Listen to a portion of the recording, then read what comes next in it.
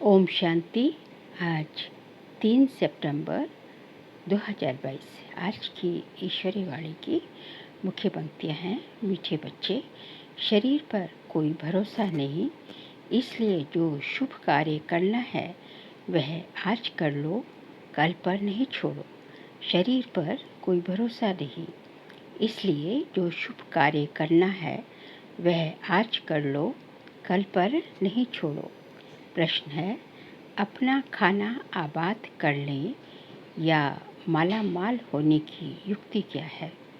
उत्तर है, शिव बाबा को अपना वारिस बच्चा बना दो तो वह तुम्हें 21 जन्मों के लिए माला माल कर देंगे।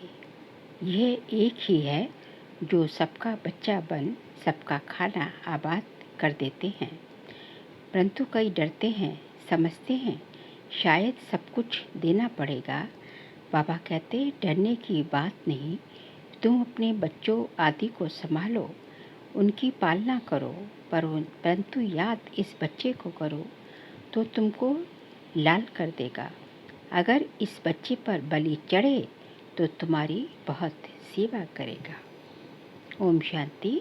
इस समय सब सेंटर्स पर जो भी बच्चे बैठे हैं वह जरूर समझते होंगे कि हम शिव बाबा के महावाक्य सुनते हैं और कोई ऐसी संस्था नहीं होगी, क्योंकि शाखाएं तो बहुतों की है ना। भल वे टेप आदि भी भरते होंगे जहां उन्हों की हेड ऑफिस होगी, जहां उन्हों का गुरु रहता होगा, उनको ही याद करते होंगे। निराकार परमपिता परमात्मा को तुम्हारे सिवाय कोई भी याद नहीं करते होंगे। इस समय संगम पर ही पारलौकिक पिता आते हैं, बच्चों को बैठ परिचय देते हैं और बच्चे निश्चय बुद्धि हो उसी धुन में रहते हैं। परमपिता परमात्मा इस समय ही मुरली चलाते हैं।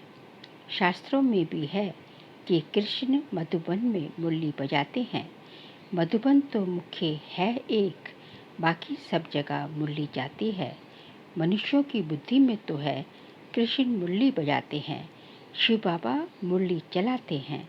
ये किसकी बुद्धि में कभी आ ना सके, ये किसको पता नहीं है। जहाँ जहाँ तुम्हारे सेंटर्स खुलते हैं सभी ये समझते हैं शिव बाबा की मुरली बजती है ब्रह्मा द्वारा, जो फिर सब ज्ञान गंगाएं सुनकर औरों को सुनाती हैं। बुद्धि में तो शिव बाबा याद है ना। शिव बाबा जिसको भगवान कहा जाता है, शिव बाबा मुरली सुनाते हैं। ये कोई भी शास्त्रों में नहीं है। तुम बच्चे कहाँ भी हो समझते हो ये मुरली जो छपकर आई है शिव बाबा की ही आई है। शिव बाबा बिगर कोई सिखला न सके। बाप ही कहते हैं मुझे याद करो तो मैं वर्षा दूंगा। बाबा बच्चों को समझाते रहते हैं कि मामी कब याद करो और कोई भी नाम रूप को याद नहीं करो। साकार मनुष्यों के फोटो आदि तो जन्म जन्मांतर इकट्ठे करते आए हो, उपासना करते आए हो। देवताओं आदि के चित्र रखना ये सब तुम्हारा छूट जाता है। भक्ति मार्ग में आत्माएं भगवान को याद करती हैं। शरीर को तो तब याद करते जब देह अभिमानी बनते हैं। बाबा घड़ी घड़ी कहते हैं अपने को आत्मा समझ मुझ एक परम पिता को याद करते रहो। आत्मा ही पतित दुखी बनी है। आत्मा कहती है मैं महाराजा था, अब रंक बन गया हूँ। तुमको अब स्मृति आई है, हम बाबा के बच्चे हैं। बाप से हमने वर्षा पाया था। अब बाबा कहते हैं सबको बाप का परिचय दो। इन जैसा शुभ कार्य होता नहीं। इस शुभ कार्य में देरी नहीं करनी चाहिए। शरीर पर तो भरोसा नहीं है, न जवान पर न बूढ़े पर। इसलिए जो कुछ करना है सो आज कर ले। आजकल करते करते काल खा जाएगा।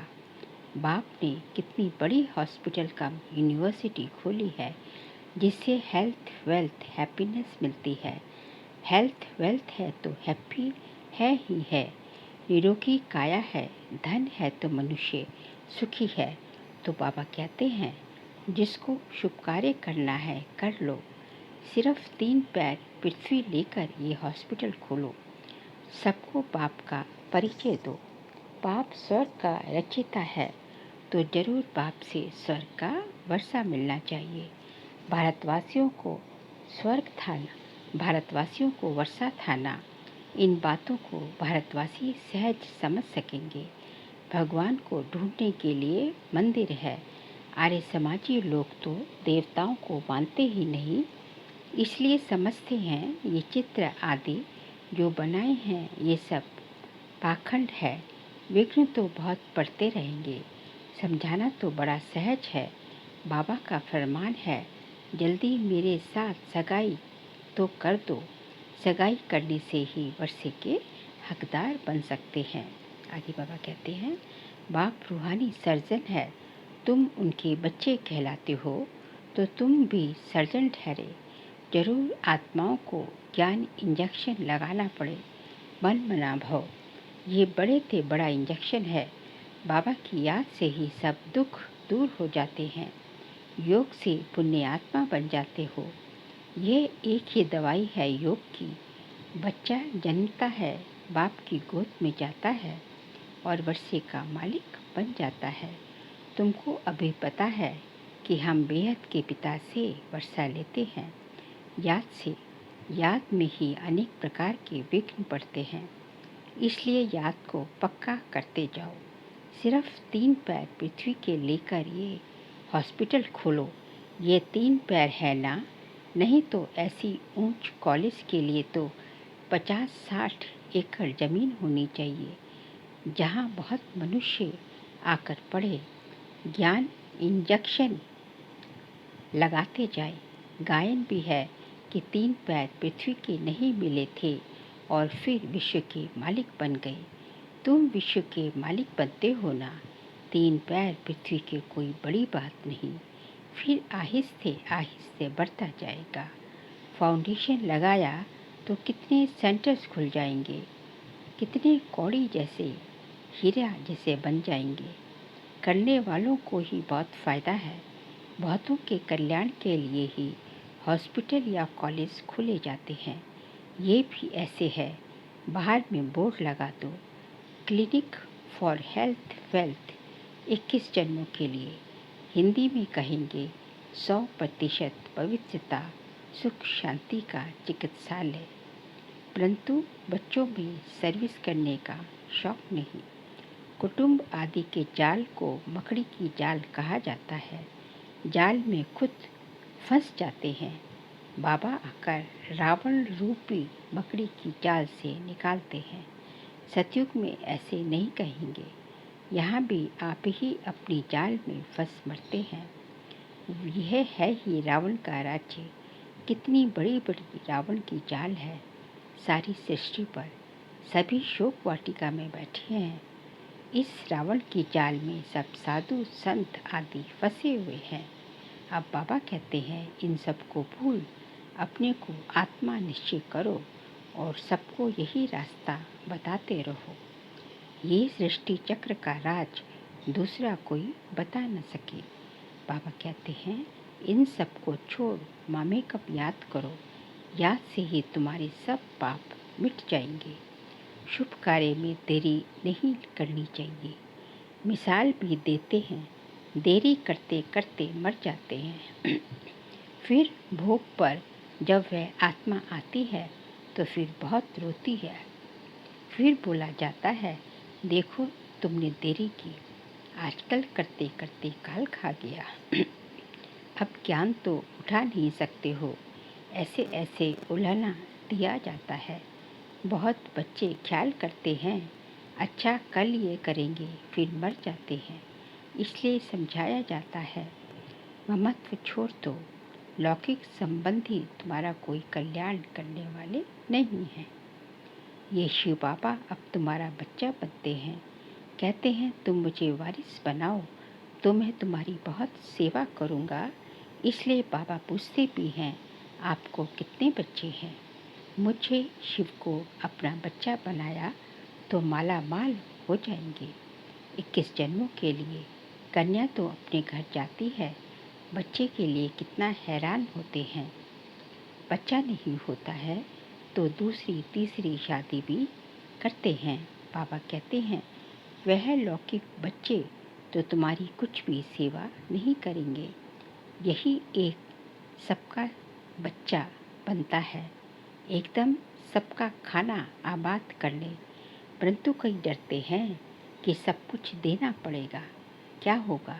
बाबा कहते हैं अपने बच्चे आदि की पालना तो करनी ही है, परंतु याद इस बच्चे को करो। मतलब याद जो है, जिस शिव बाबा को तुमने बच्चा बनाया है, याद उसकी करो।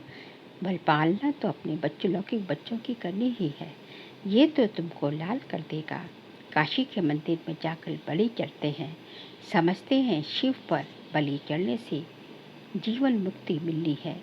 वास्तव में बात यहाँ की है, कहाँ की बात कहाँ ले गए हैं। अगर तुम इस बच्चे पर बलि चढ़े तो ये तुम्हारी बहुत सेवा करेंगे, स्वर्ग में महल दे देंगे। वह बच्चा तो कुछ भी नहीं करेगा, करके ब्राह्मण आदि खिलाएंगे। मनुष्य दान पुण्य आदि जो करते हैं सो अपने लिए ही करते हैं। तो ये हॉस्पिटल खोलना कितना पुण्य है। साहूकार लोग तो 10-15 हॉस्पिटल खोल सकते हैं। ये पैसे आदि तो सब खत्म हो जाएंगे। तुम किराए पर मकान लेकर 50,000 में 50 हॉस्पिटल खोल दो, फिर वह आप ही अपने पैर पर खड़े हो जाएंगे। बाबा कितनी सहज युक्तियाँ सर्विस की बताते हैं। गंगा के कंठे पर जाकर सर्विस करो, अपनी पीठ पर ये बाबा का परिचय लगा दो, आप ही पढ़ते रहेंगे। देह अभिमान छोड़ना है। कोई साहूकार ऐसा करे तो सब कहेंगे वाह वाह, इनको तो देह अभिमान बिल्कुल नहीं है। बाप का परिचय देना है। बाप स्वर्ग का रचेता है, फिर हम नरक में क्यों पड़े हैं। अभी बाप आए हैं, कहते हैं देह के सब संबंध छोड़ मुझे याद करो। भारत स्वर्ग से नरक कैसे बना, लक्ष्मी नारायण ने 84 जन्म कैसे लिए, आओ तो हम कथा सुनाएं। ढेर इकट्ठे हो जाएंगे। पतित पावनी गंगा को भी कहते हैं तो जमुना को भी कहते हैं। अच्छा, गंगा पतित पावनी है तो एक को पकड़ो ना। अब तुम बच्चों ने ड्रामा को जाना है तो फिर समझाना है।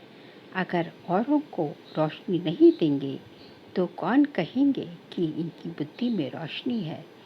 सर्जन इंजेक्शन लगा न सके तो उनको सर्जन कौन कहेगा। तुम बच्चों को सारी रोशनी मिली है, 84 जन्मों का राज बुद्धि में है। तुम इस ड्रामा को और एक्टर्स की एक्ट को जानते हो। ऊंच ते ऊंच एक्ट है बाप की, बच्चों के साथ पाठ बजाते हैं। तुम भारत को स्वर्ग बनाते हो, परंतु हो गुप्त, incognito, non violence Shiv Shakti सेना हो। उनकी सब बातें जिस्मानी हैं। कितने कुंभ के मेले में जाते हैं, यहाँ जिस्मानी कोई बात नहीं। तुम उठते बैठते चलते यात्रा पर हो, याद से तुम पावन बनते हो। बाबा कहते हैं तुम कर्म करते समय भी शिव बाबा को याद करो। वे फिर कह देते सब में परमात्मा है। फर्क हो गया ना। बाबा कहते जहाँ पे बैठो मुझे याद करो। फिर सर्विस भी करनी चाहिए। मंदिरों में बहुत भक्त जाते हैं, बस ये चित्र पीठ पर लगा दो। बाबा का परिचय देते रहो। युक्तियाँ तो बहुत बतलाते हैं, शमशान में जाकर समझाओ। निराकार बाप की महिमा और श्री कृष्ण की महिमा। अब बताओ गीता का भगवान कौन। साथ में चित्र भी हो। सर्विस तुम बहुत कर सकते हो। फीमेल करे व कोई कुमारी करे तो अहो सौभाग्य। कन्या तो सबसे अच्छी। कन्याओं का कन्हैया बाप है निराकार। कन्हैया कृष्ण नहीं था, ये है परमपिता परमात्मा शिव। बाप को ख्याल आता है कि बच्चों को कैसे सिखलाऊं। कल पहले भी ड्रामानुसार ऐसे ही समझाया था, फिर आज समझाता हूँ। तो तुमको भी अंधों की लाठी बनना चाहिए। जिन बच्चों को परिचय मिलता है वह फिर औरों को ले आते हैं, उसका भी पुण्य होता है। अपने पास हिसाब रखो, जितना करेंगे फल तो मिलेगा ना। कोई को ले आते हैं तो उनका भी कल्याण हो जाता है। इस धंधे में बहुतों बच्चों का बहुत अटेंशन चाहिए। सर्विस नहीं करेंगे तो मिलेगा क्या? Service, service and service. तुम कहते भी हो हम गॉड की सर्विस पर हैं, घर की सर्विस भी भल करो। बाबा शिक्षा देते हैं, बच्चों को कभी विकार में नहीं जाने देना। अगर वह तुम्हारी आज्ञा नहीं मानते हैं तो जैसे ना फरमान बरदार ठहरे। अगर उसको धन दिया, उसने उससे पाप कर लिया तो उसका दंड तुम्हारे सर पर भी आ जाएगा। बाबा तो राय देते हैं ना, परंतु बहुत हैं जो करके पीछे बताते हैं। तो बच्चों को सर्विस के लिए अनेक प्रकार की युक्तियाँ बताते हैं। तुम बच्चों को यही धंधा करना है, ट्रेन में भी यही सर्विस करते रहो तो बाप भी खुश होगा और भविष्य भी 21 जन्मों के लिए सदा सुख का वर्षा मिल जाएगा। अच्छा, मीठे मीठे सीख लेते बच्चों प्रति माता पिता बाप दादा का याद प्यार और गुड मॉर्निंग। रूहानी बाप की रूहानी बच्चों को नमस्ते। हम रूहानी बच्चों की रूहानी बाप दादा को नमस्ते नमस्ते नमस्ते। सार के लिए पॉइंट से माया ने जो बहुत बड़ी जाल बिछाई है, अब बाप की याद में उस जाल से निकलना है, शुभ कार्य में लग जाना है।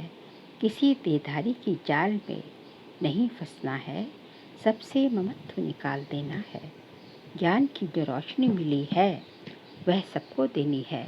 देह अभिमान को छोड़ भिन्न भिन्न युक्तियों से सर्विस करनी है, अंधों की लाठी बनना है।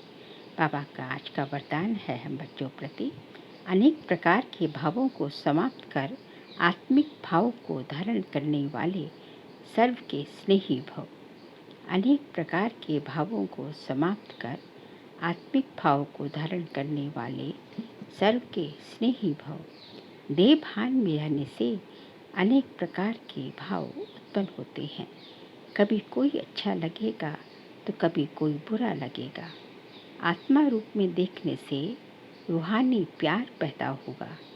आत्मिक भाव, आत्मिक दृष्टि, आत्मिक वृत्ति में रहने से हरेक के संबंध में आते हुए अति न्यारे और प्यारे रहेंगे। तो चलते फिरते अभ्यास करो, मैं आत्मा हूँ। इससे अनेक प्रकार के भाव स्वभाव समाप्त हो जाएंगे और सबके स्नेही स्वतः ही बन जाएंगे। आज का बाबा का स्लोगन है, जिनके पास उमंग उत्साह के पंख हैं उसे सफलता सहज प्राप्त हो जाती है। जिसके पास उमंग उत्साह के पंख हैं उसे सफलता सहज प्राप्त होती है। वह कहते हैं कि उमंग उत्साह जो है ये मुझ आत्मा के पंख है, 2 पंख है और इन्हीं पंखों के सहारे आत्मा जो है उड़ती कला में चली जाती है और उड़ती कला में जाने के कारण आत्मा को हर कदम पे सफलता सहज ही प्राप्त होती जाती है। इसलिए अपने पास ये उमंग उत्साह के पंख जो है हमेशा जो है अपने ये दोनों पंख हमेशा जो है बहुत ही जो है बेशकीमती पंख हैं और ये हमेशा संभाल के रखना चाहिए। ये पंख कभी भी जो है आपसे जो है जुदा ना हो। अच्छा, ओम शांति।